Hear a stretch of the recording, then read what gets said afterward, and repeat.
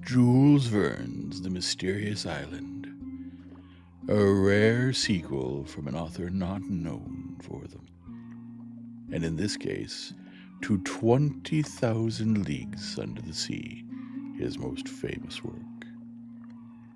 If you enjoy this sort of content, I hope you'll remember to like, subscribe, hit the bell icon, and leave a comment. It really helps us out. And don't forget to join us over on Twitch for our readings Mondays, Tuesdays, Thursdays, and Fridays at 6 p.m. Pacific. And now, on to the story. Chapter 3. The night passed without incident. The colonists were on the qui-vive and did not leave their post at the chimneys. The pirates on their side did not appear to have made any attempt to land. Since the last shots fired at Ayrton, not a report, not even a sound, had betrayed the presence of the brig in the neighborhood of the island. It might have been fancied that she had weighed anchor, thinking that she had to deal with her match, and had left the coast. But it was no such thing, and when day began to dawn, the settlers could see a confused mass through the morning mist. It was the Speedy. "These, my friends," said the engineer, "are the arrangements which appear to be best to make before the fog completely clears away. It hides us from the eyes of the pirates, and we can act without attracting their attention. The most important thing is that the convicts should believe that the inhabitants of the island are numerous and consequently capable of resisting them. I therefore propose that we divide into 3 parties, the first of which shall be posted at the chimneys, the second at the mouth of the Mersey. As to the third, I think it would be best to place it on the islet, so as to prevent, or at all events delay, any attempt at landing. We have the use of 2 rifles and 4 muskets. Each of us will be armed, and as we are amply provided with powder and shot, we need not spare our fire. We have nothing to fear from the muskets, nor even from the guns of the brig. What can they do against these rocks? And as we shall not fire from the windows of Granite House, the pirates will not think of causing irreparable damage by throwing shell against it. What is to be feared is the necessity of meeting hand to hand, since the convicts have numbers on their side. We must therefore try to prevent them from landing, but without discovering ourselves. Therefore do not economize the ammunition. Fire often, but with a sure aim. We have each 8 or 10 enemies to kill, and they must be killed." Cyrus Harding had clearly represented their situation, although he spoke in the calmest voice, as if it was a question of directing a piece of work and not ordering a battle. His companions approved these arrangements without even uttering a word. There was nothing more to be done but for each to take his place before the fog should be completely dissipated. Neb and Pencroft immediately ascended to Granite House and brought back a sufficient quantity of ammunition. Gideon Spilett and Ayrton, both very good marksmen, were armed with the 2 rifles, which carried nearly a mile. The 4 other muskets were divided among Harding, Neb, Pencroft, and Herbert. The posts were arranged in the following manner.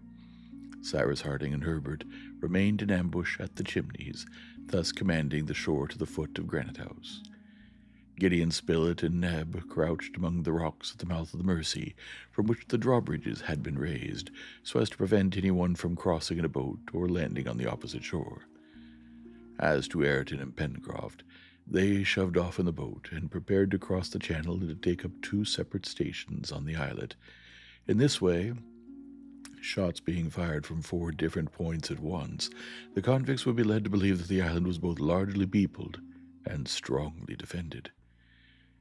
In the event of a landing being effected without their having been able to prevent it, and also if they saw that they were on the point of being cut off by the brig's boat, Ayrton and Pencroft were to return in their boat to the shore and proceed towards the threatened spot. Before starting to occupy their posts, the colonists for the last time wrung each other's hands. Pencroft succeeded in controlling himself sufficiently to suppress his emotion when he embraced Herbert, his boy, and then they departed. In a few moments, Harding and Herbert on one side, the reporter and Neb on the other, had disappeared behind the rocks, and 5 minutes later Ayrton and Pencroft, having without difficulty crossed the channel, disembarked on the islet, and concealed themselves in the clefts of its eastern shore. None of them could have been seen, for they themselves could scarcely distinguish the brig in the fog. It was 6:30 in the morning. Soon the fog began to clear away, and the topmasts of the brig issued from the vapor. For some minutes, great masses rolled over the surface of the sea. Then a breeze sprang up, which rapidly dispelled the mist. The Speedy now appeared in full view, with a spring on her cable, her head to the north, presenting her larboard side to the island. Just as Harding had calculated, she was not more than 1.25 miles from the coast. The sinister black flag floated from the peak. The engineer, with his telescope, could see that the 4 guns on board were pointed at the island. They were evidently ready to fire at a moment's notice. In the meanwhile, the Speedy remained silent. About 30 pirates could be seen moving on the deck, a few more on the poop, 2 others posted in the shrouds and, armed with spyglasses, were attentively surveying the island.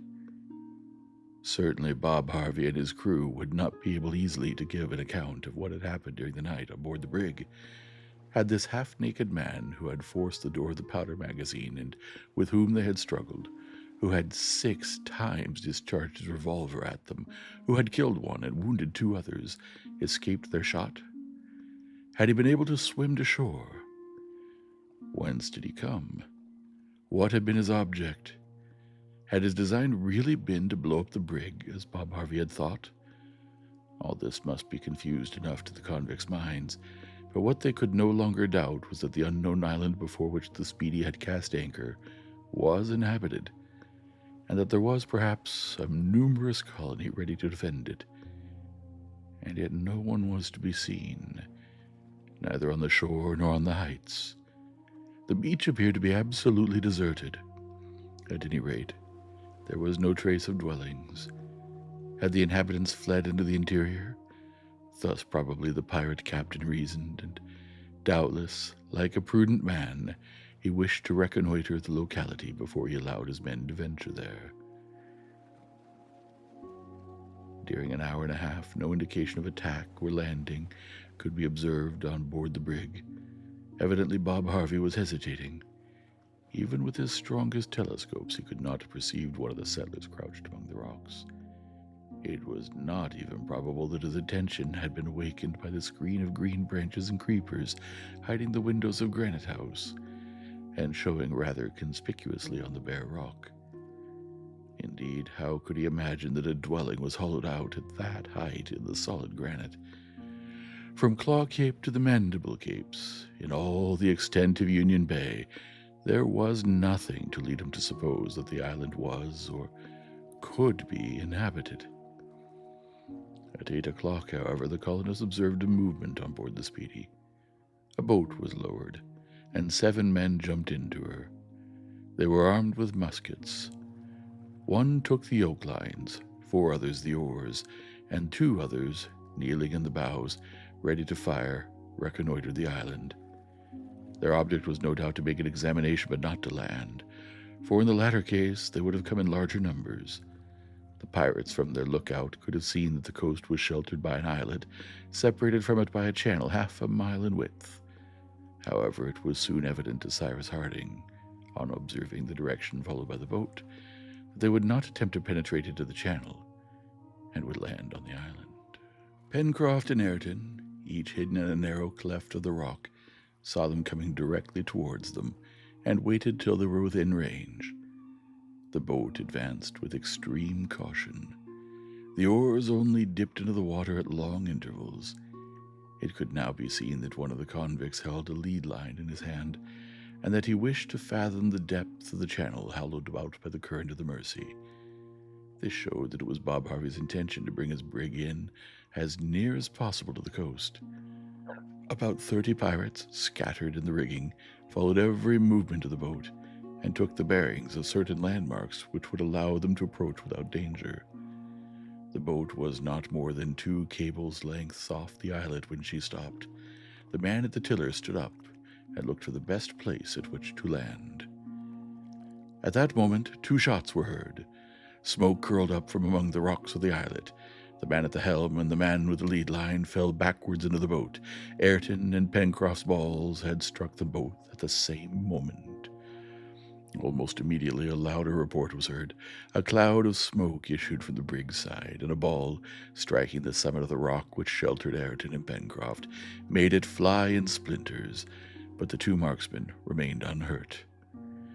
Horrible imprecations burst from the boat, which immediately continued its way.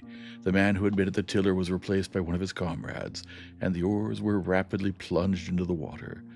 However, instead of returning on board as might have been expected, the boat coasted along the islet so as to round its southern point. The pirates pulled vigorously at their oars that they might get out of range of the bullets. They advanced to within 5 cables' lengths of that part of the shore terminated by Flotsam Point, and after having rounded it in a semicircular line, still protected by the brig's guns, they proceeded towards the mouth of the Mercy. Their evident intention was to penetrate into the channel and cut off the colonists posted on the islet in such a way that, whatever their number might be, being placed between the fire from the boat and the fire from the brig, they would find themselves in a very disadvantageous position.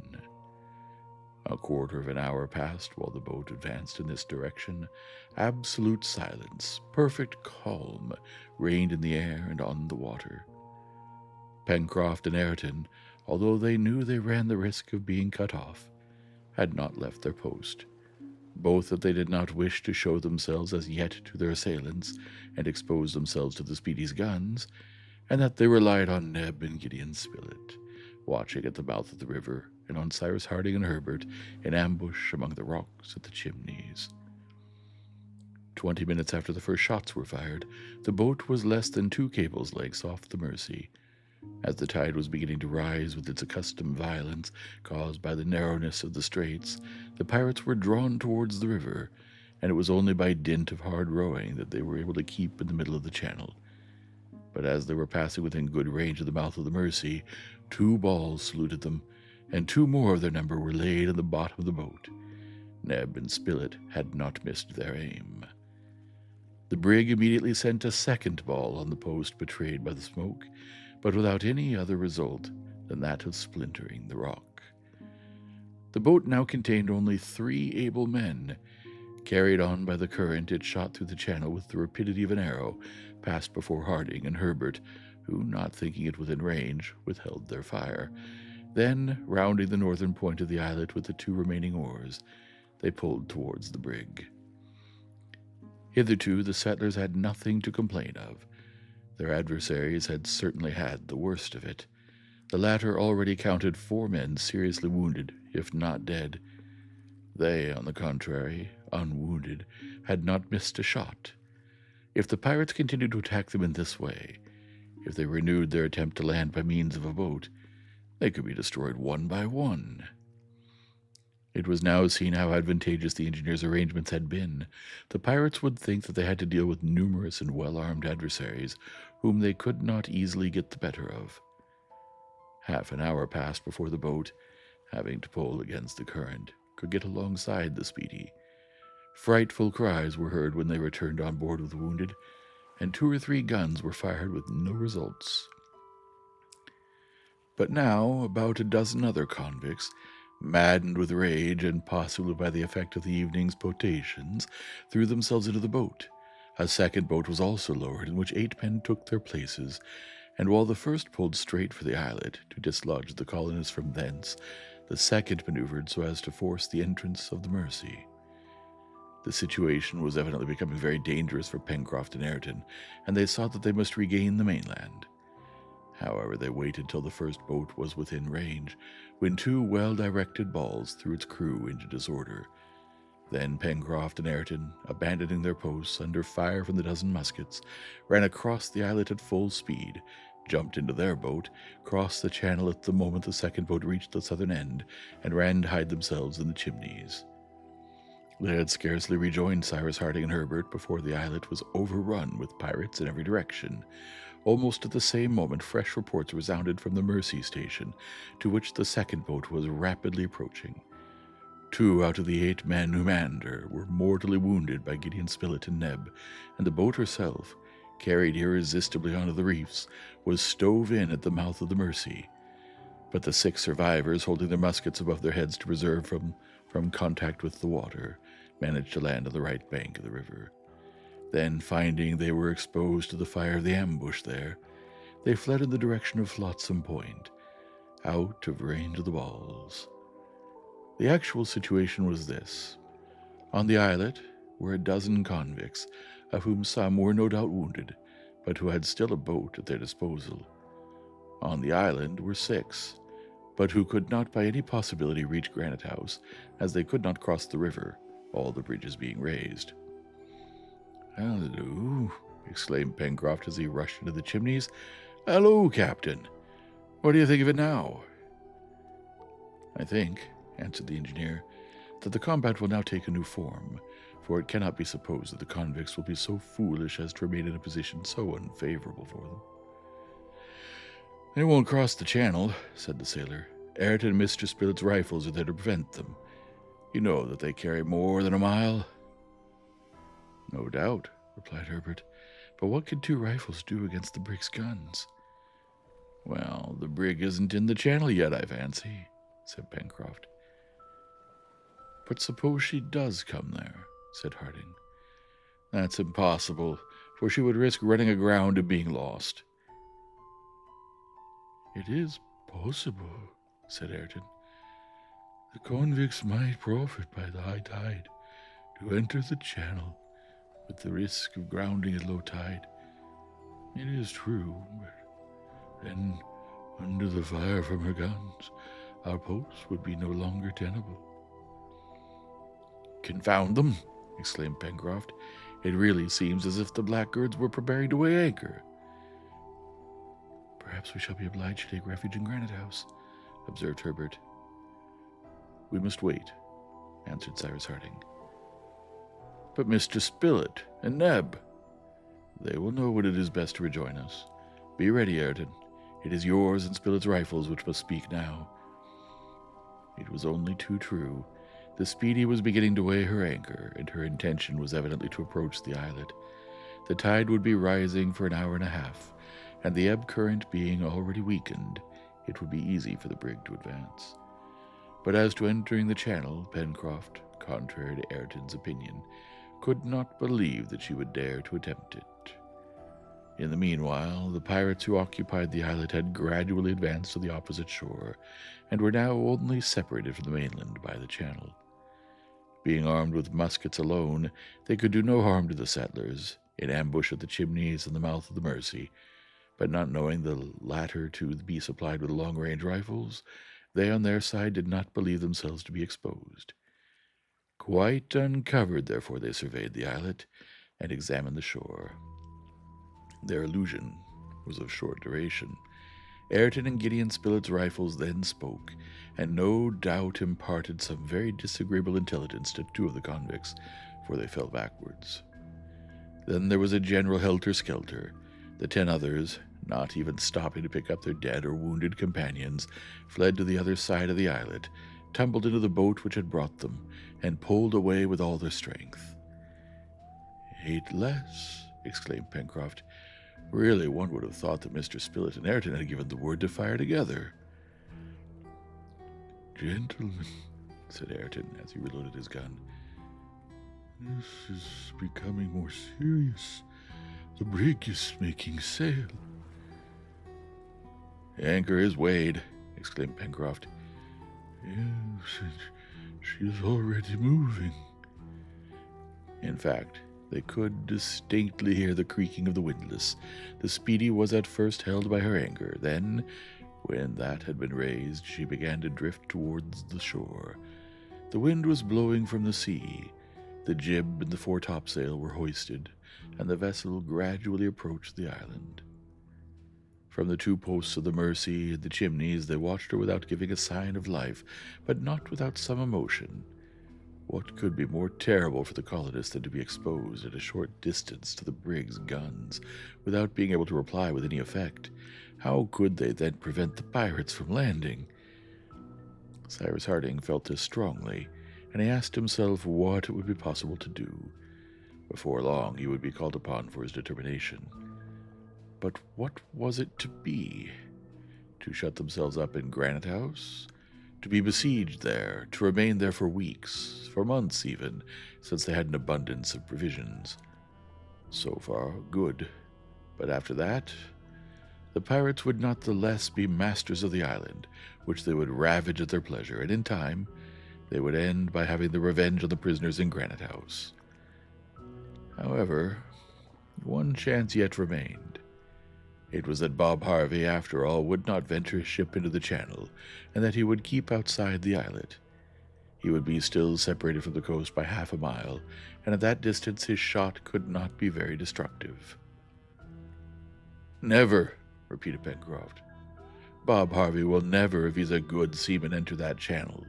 He knows well that it would risk the brig, if the sea got up ever so little, and what would become of him without his vessel?"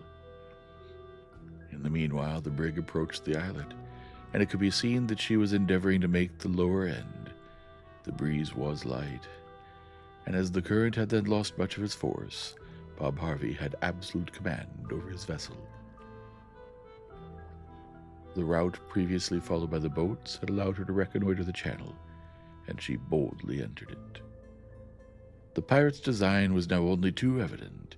He wished to bring her broadside to bear on the chimneys, and from there to reply with shell and ball to the shot which had till then decimated her crew. Soon the Speedy reached the point of the islet. She rounded it with ease. The mainsail was braced up, and the brig, hugging the wind, stood across the mouth of the Mersey. "The scoundrels! They are coming," said Pencroft.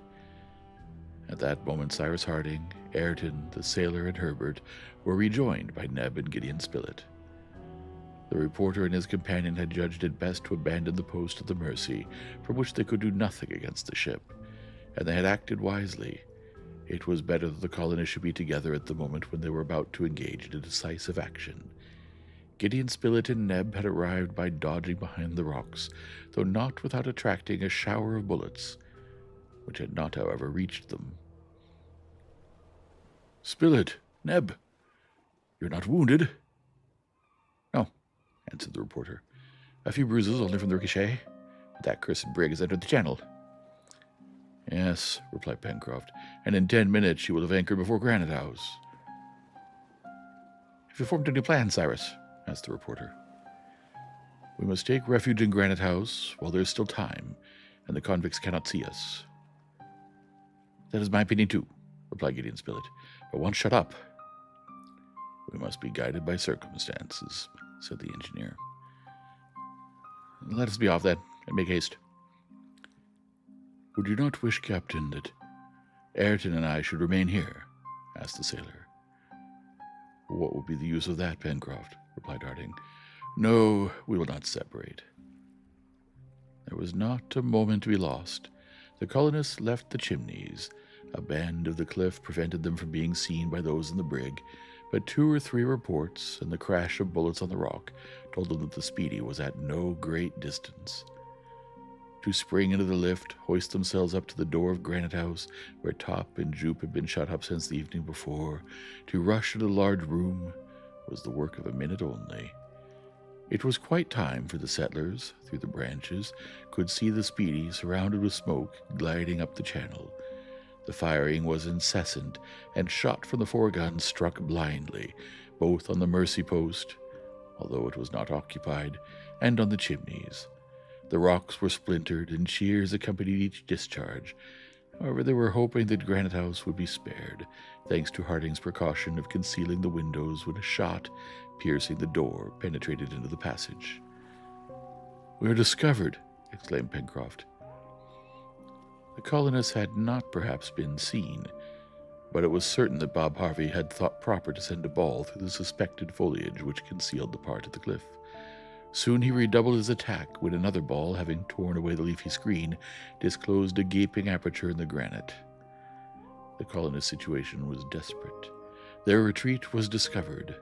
They could not oppose any obstacle to these missiles, nor protect the stone which flew in splinters around them. There was nothing to be done but to take refuge in the upper passage of Granite House and leave their dwelling to be devastated, when a deep roar was heard, followed by frightful cries. Cyrus Harding and his companions rushed to one of the windows. The brig, irresistibly raised on a sort of waterspout, had just split in two, and in less than 10 seconds she was swallowed up with all her criminal crew. End of Chapter 3. Chapter 4. "She's blown up," cried Herbert. "Yes, blown up, just as if Ayrton had set fire to the powder," returned Pencroft, throwing himself into the lift together with Neb and the lad. "But what has happened?" asked Gideon Spilett, quite stunned by this unexpected catastrophe. "Oh, this time we shall know," answered the engineer quickly. "What shall we know?" Later. Come, Spilett, the main point is that these pirates have been exterminated." And Cyrus Harding, hurrying away the reporter and Ayrton, joined Pencroft, Neb, and Herbert on the beach. Nothing could be seen of the brig, not even her masts. After having been raised by the waterspout, she had fallen on her side, and had sunk in that position, doubtless in consequence of some enormous leak. But as in that place the channel was not more than 20 feet in depth, it was certain that the sides of the submerged brig would reappear at low water. A few things from the wreck floated on the surface of the water. A raft could be seen consisting of spare spars, coops of poultry with their occupants still living, boxes and barrels which gradually came to the surface after having escaped through the hatchways. But no pieces of the wreck appeared, neither planks from the deck, nor timbers from the hull, which rendered the sudden disappearance of the Speedy perfectly inexplicable. However, the two masts, which had been broken and escaped from the shrouds and stays, came up, and with their sails, some furled and the others spread. But it was not necessary to wait for the tide to bring up these riches, and Ayrton and Pencroft jumped into the boat with the intention of towing the pieces of wreck either to the beach or to the islet. But just as they were shoving off, an observation from Gideon Spilett arrested them. "What about those 6 convicts who disembarked on the right bank of the Mercy?" said he. In fact, it would not do to forget that the 6 men whose boat had gone to pieces on the rocks had landed on Flotsam Point. They looked in that direction. None of the fugitives were visible. It was probable that, having seen their vessel engulfed in the channel, they had fled into the interior of the island.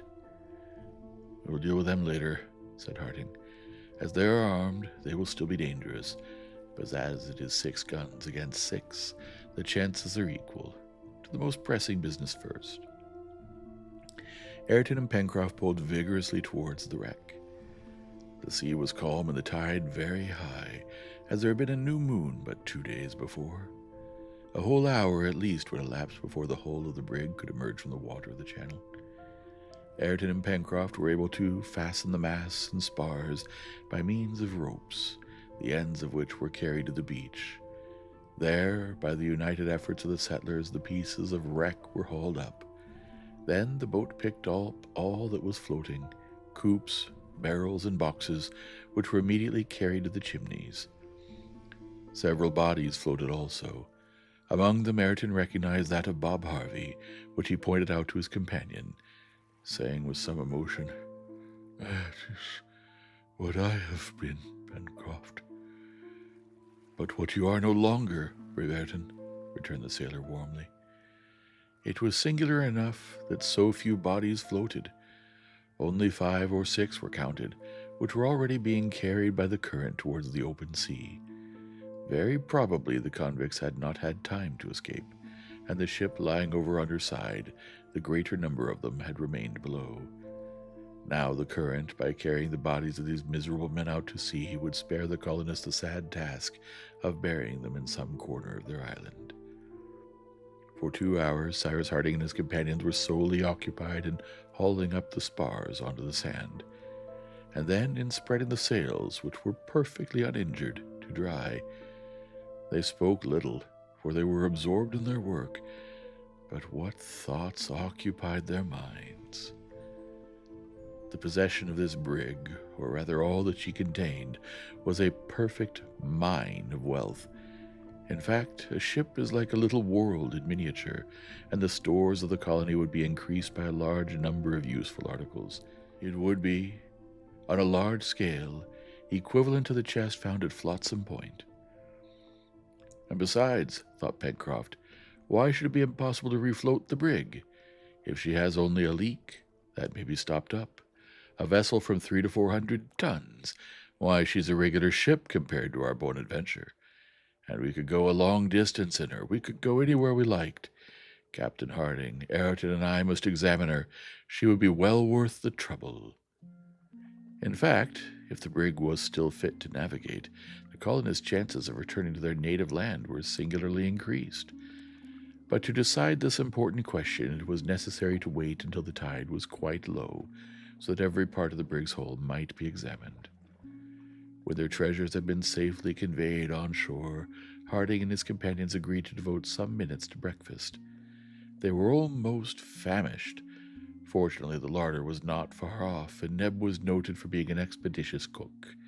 They breakfasted, therefore, near the chimneys, and during their repast, as may be supposed, nothing was talked of but the event which had so miraculously saved the colony.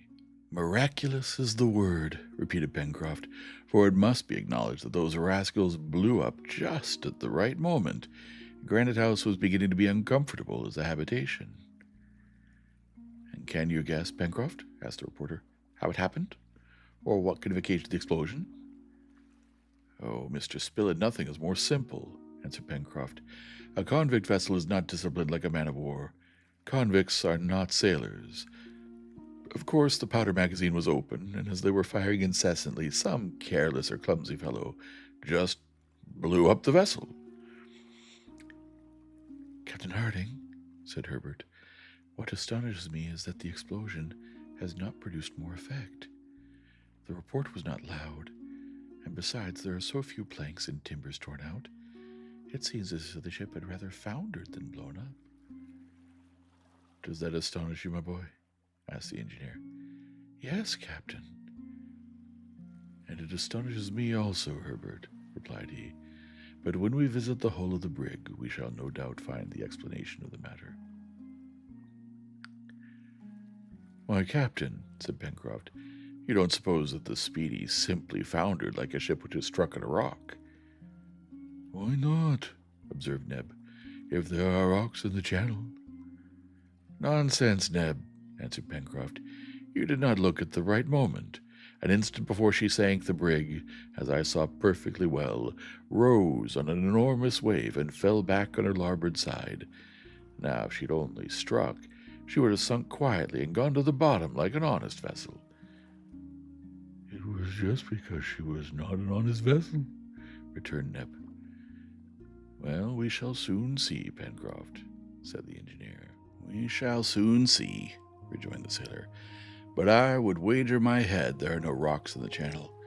Look here, Captain, to speak candidly, do you mean to say that there's anything marvelous in the occurrence? Cyrus Harding did not answer. At any rate, said Gideon Spilett, whether rock or explosion, you will agree, Pencroft, that it occurred just in the nick of time.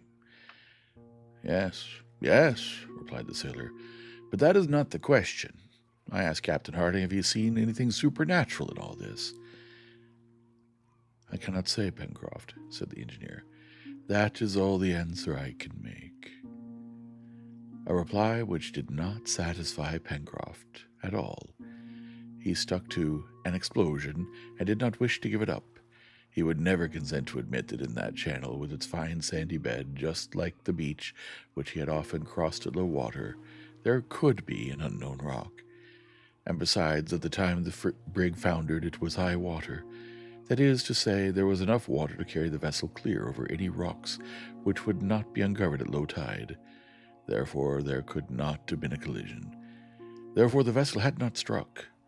So she had blown up. And it must be confessed that the sailor's arguments were reasonable. Towards 1:30, the colonists embarked in the boat to visit the wreck. It was to be regretted that the brig's 2 boats had not been saved. But one, as has been said, had gone to pieces at the mouth of the Mercy and was absolutely useless. The other had disappeared when the brig went down and had not again been seen. having doubtless been crushed. The hull of the Speedy was just beginning to issue from the water. The brig was lying right over on her side, for her masts being broken, pressed down by the weight of the ballast displaced by the shock, the keel was visible along her whole length. She had been regularly turned over by the inexplicable but frightful submarine action which had been at the same time manifested by an enormous waterspout. The settlers rowed round the hull, and in proportion as the tide went down, they could ascertain, if not the cause which had occasioned the catastrophe, at least the effect produced. Towards the bows, on both sides of the keel, 7 or 8 feet from the beginning of the stem, the sides of the brig were frightfully torn. Over a length of at least 20 feet, there opened 2 large leaks, which would be impossible to stop up. Not only had the copper sheathing and the planks disappeared, reduced no doubt to powder, but also the ribs, the iron bolts, and tree nails which united them. From the entire length of the hull to the stern, the false keel had been separated with an unaccountable violence, and the keel itself, torn from the car line in several places, was split in all its length. "I have a notion," exclaimed Pencroft, "that this vessel will be difficult to get afloat again." "It will be impossible," said Ayrton. "At any rate," observed Gideon Spilett to the sailor, "the explosion, if there has been one, has produced singular effects. It has split the lower part of the hull, instead of blowing up the deck and topsides. These great rents appear rather to have been made by a rock than by the explosion of a powder magazine."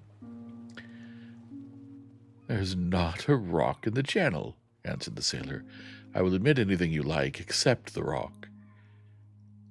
"Let us try to penetrate into the interior of the brig," said the engineer. "Perhaps we shall then know what to think of the cause of her destruction." This was the best thing to be done, and it was agreed, besides, to take an inventory of all the treasures on board, and to arrange their preservation. Access to the interior of the brig was now easy. The tide was still going down, and the deck was practicable. The ballast, composed of heavy masses of iron, had broken through in several places. The noise of the sea could be heard as if rushed out of the holes of the hull. Cyrus Harding and his companions, hatchets in hand, advanced along the shattered deck. Cases of all sorts encumbered it, and as they had been but a very short time in the water, their contents were perhaps uninjured. They then busied themselves in placing all this cargo in safety. The water would not return for several hours, and these hours must be employed in the most profitable way. Ayrton and Pencroft had, at the entrance made in the hull, discovered tackle, which would serve to hoist up the barrels and chests. The boat received them and transported them to the shore. They took the articles as they came, intending to sort them afterwards. At any rate, the settlers saw at once with extreme satisfaction that the brig possessed a very varied cargo, an assortment of all sorts of articles, utensils, manufactured goods, and tools, such as the ships which make the great coasting trade of Polynesia are usually laden with. It was probable that they would find a little of everything, and they agreed that it was exactly what was necessary for the colony of Lincoln Island. However, and Cyrus Harding observed it in silent astonishment, not only, as has been said, had the whole of the brig enormously suffered from the shock, whatever it was, that had occasioned the catastrophe, but the interior arrangements had been destroyed, especially toward the bows.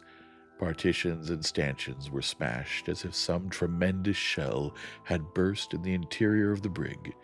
The colonists could easily go fore and aft after having removed the cases as they were extricated.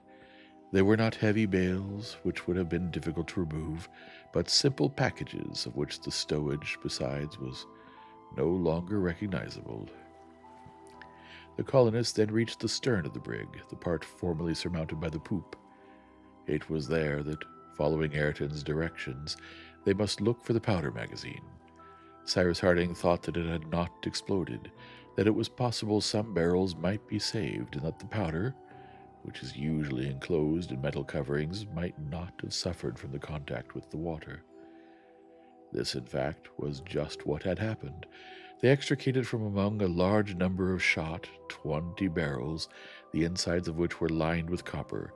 Pencroft was convinced by the evidence of his own eyes that the destruction of the Speedy could not be attributed to an explosion, that part of the hole in which the magazine was situated was, moreover, that which had suffered least.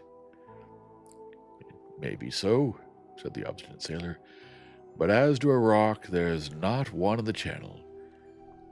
"And how did it happen?" asked Herbert. "I don't know," answered Pencroft. "Captain Harding doesn't know, and nobody knows, or ever will know." Several hours had passed during these researches, and the tide began to flow. Work must be suspended for the present. There was no fear of the brig being carried away by the sea, for she was already fixed as firmly as if moored by her anchors. They could, therefore, without inconvenience, wait until the next day to resume operations. But as to the vessel itself, she was doomed, and it would be best to hasten to save the remains of her hull, as she would not be long in disappearing in the quicksands of the channel. It was now 5 o'clock in the evening.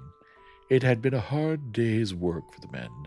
They ate with good appetite, and notwithstanding their fatigue, they could not resist after dinner their desire of inspecting the cases which composed the cargo of the Speedy. Most of them contained clothes, which, as may be believed, was well received.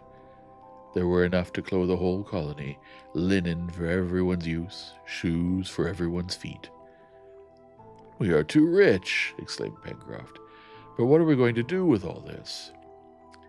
And every moment burst forth the hurrahs of the delighted sailor when he caught sight of the barrels of gunpowder, firearms and sidearms, balls of cotton, implements of husbandry, carpenters, joiners, and blacksmiths' tools, and boxes of all kinds of seeds, not the least injured by their short sojourn in the water. 2 years before, how these things would have been prized, and now, even though the industrious colonists had provided themselves with tools, these treasures would find their use. There was no want of space in the storerooms of Granite House, but that daytime would not allow them to stow away the whole. It would not do also to forget that the 6 survivors of the Speedy's crew had landed on the island, for they were in all probability scoundrels of the deepest dye, and it was necessary that the colonists should be on their guard against them. Although the bridges over the Mersey were raised, the convicts would not be stopped by a river or a stream, and rendered desperate, these wretches would be capable of anything. They would see later what plan it would be best to follow. But in the meantime it was necessary to mount guard over cases and packages heaped up near the chimneys, and thus the settlers employed themselves in turn during the night. The morning came, however, without the convicts having attempted any attack. Master Jupe and Top, on guard at the foot of Granite House, would have quickly given the alarm. The 3 following days, the 19th, 20th, and 21st of October, were employed in saving everything of value, or of any use whatever, either from the cargo or rigging of the brig. At low tide they overhauled the hold. At high tide they stowed away the rescued articles. A great part of the copper sheathing had been torn from the hull, which every day sank lower. But before the sand had swallowed the heavy things which had fallen through the bottom, Ayrton and Pencroft, diving to the bed of the channel, recovered the chains and anchors of the brig, the iron of her ballast, and even 4 guns, which, floated by means of empty casks, were brought to shore. It may be seen that the arsenal of the colony had gained by the wreck, as well as the storerooms of Granite House. Pencroft, always enthusiastic in his projects, already spoke of constructing a battery to command the channel and the mouth of the river. With 4 guns he engaged to prevent any fleet, however powerful it might be, from venturing into the waters of Lincoln Island. In the meantime, when nothing remained of the brig but a useless hulk, bad weather came on, which soon finished her. Cyrus Harding had intended to blow her up, so as to collect the remains on the shore, but a strong gale from the northeast and a heavy sea compelled him to economize his powder. In fact, on the night of the 23rd, the hull entirely broke up, and some of the wreck was cast up on the beach.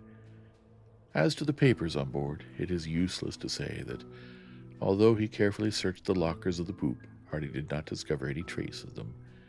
The pirates had evidently destroyed everything that concerned either the captain or the owners of the Speedy, and as the name of her port was not painted on her counter, there was nothing which would tell of her nationality. However, by the shape of her boats, Ayrton and Pencroft believed that the brig was of English build. A week after the catastrophe, or rather after the fortunate, though inexplicable event to which the colony owed its preservation, nothing more could be seen of the vessel, even at low tide. The wreck had disappeared, and Granite House was enriched by nearly all it had contained. However, the mystery which enveloped its strange destruction would doubtless never have been cleared away if, on the 30th of November, Neb, strolling on the beach, had not found a piece of a thick iron cylinder bearing traces of explosion. The edges of the cylinder were twisted and broken, as if they had been subjected to the action of some explosive substance. Neb brought this piece of metal to his master, who was then occupied with his companions in the workshop of the Chimneys. Cyrus Harding examined the cylinder attentively, then, turning to Pencroft, "You persist, my friend, in maintaining that the Speedy was not lost in consequence of a collision?" "Yes, captain," answered the sailor. "You know as well as I do that there are no rocks in the channel." "But suppose she had run against this piece of iron," said the engineer, showing the broken cylinder. "What? That bit of pipe?"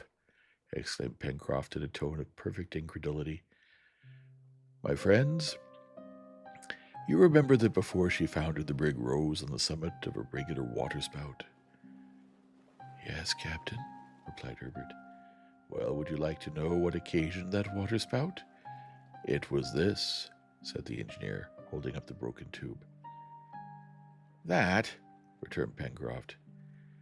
"Yes. This cylinder is all that remains of a torpedo." "A torpedo!" exclaimed the engineer's companions. "And who put the torpedo there?" demanded Pencroft, who did not like to yield. "All that I can tell you is that it was not I," answered Cyrus Harding, "but it was there, and you've been able to judge of its incomparable power."